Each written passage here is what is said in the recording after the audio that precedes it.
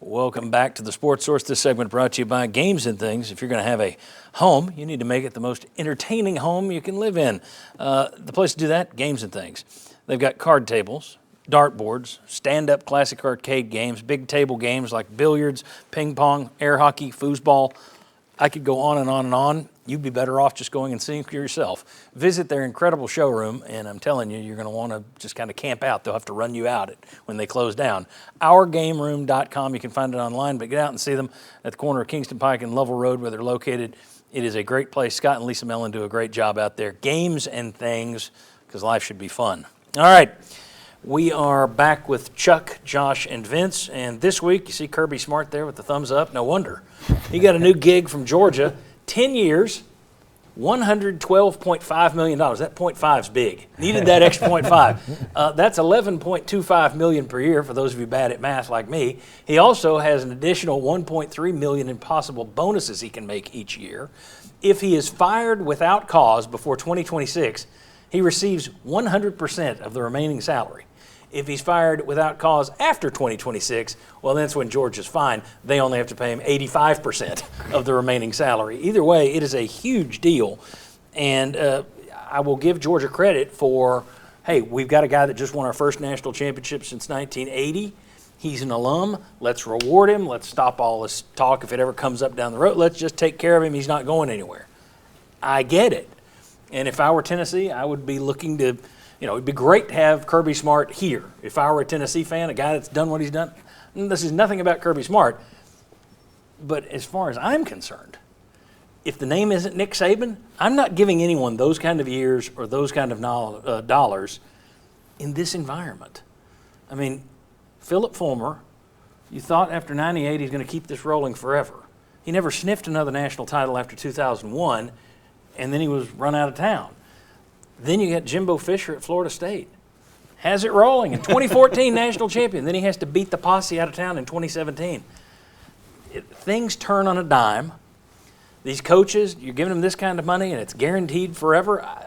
I don't know. Unless, and I'm going to let Josh throw out his line here, unless they take a cue from another school, I wouldn't have done what Georgia just did. As good as Kirby Smart is, I wouldn't promise that kind of money.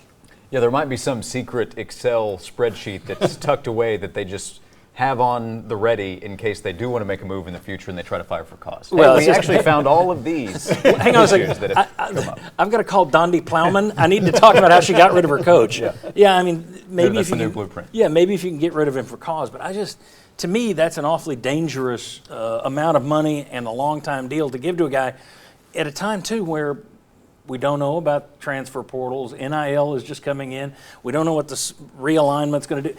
It's a topsy-turvy world right now for college football, and you just invested that money for a guy that...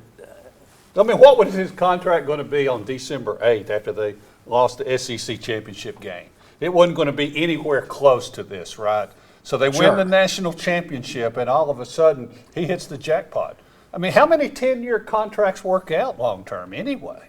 I mean, it just seems to me, if you think you're going to lose him to the Atlanta Falcons, or if you think you're going to lose him, maybe you do that. But I think you can get a pretty good contract for 6 years. Vince, he's not a flight risk, is he? Right, yeah, and that's what I was going to say is normally you give these contracts out for a couple of reasons. One, you're afraid that they might go elsewhere. Someone is out there that might be looking for a new coach. Where are those schools that are going to be more desirable than Georgia? Another one would be to prevent negative recruiting. Well, who has anything to negative recruit Georgia and Kirby Smart on right now? So it seems like more money than was necessary. Yeah. But maybe that just shows that these schools have more money than they kind of make themselves out. More money than sense. Right. That's what it shows. They got more money than sense. Again, if you're going to reward a coach, he's a darn good one. There's no question about that. I just don't know that you need to go all in the way they did for a guy who's an alum, who no college is going to come get him, and a guy who most of the guys who go to the NFL typically are somebody with their own system. Right. And his system to me seems to be he's a great recruiter, which kind of gets negated at the NFL level. Now, Matt Rule went, so there are exceptions to the rule, but there are to the rule with an H, Matt Rule. But I just, to me, it seems like they went further than they needed to go. Well, if I tell you what, one of his former assistants, right, Mel Tucker, Didn't he get a 10-year deal at Michigan State? I mean, I guess, is that the way it's trending now? Boy, I mean, and if Mel Tucker's close to $10 million, well, the coach just won the national title and has it rolling in the SEC. Where, by the way, like, what do you give him? Like the dollar figure is silly, I think. Yeah. But are dollars in college football real? Especially if we're talking SEC and Big Ten dollars. I mean, they don't seem like it. I'm just glad the poor guy can still get a bonus. You know, he still has a chance to earn a bonus. Oh, he's getting a lot of other free stuff too.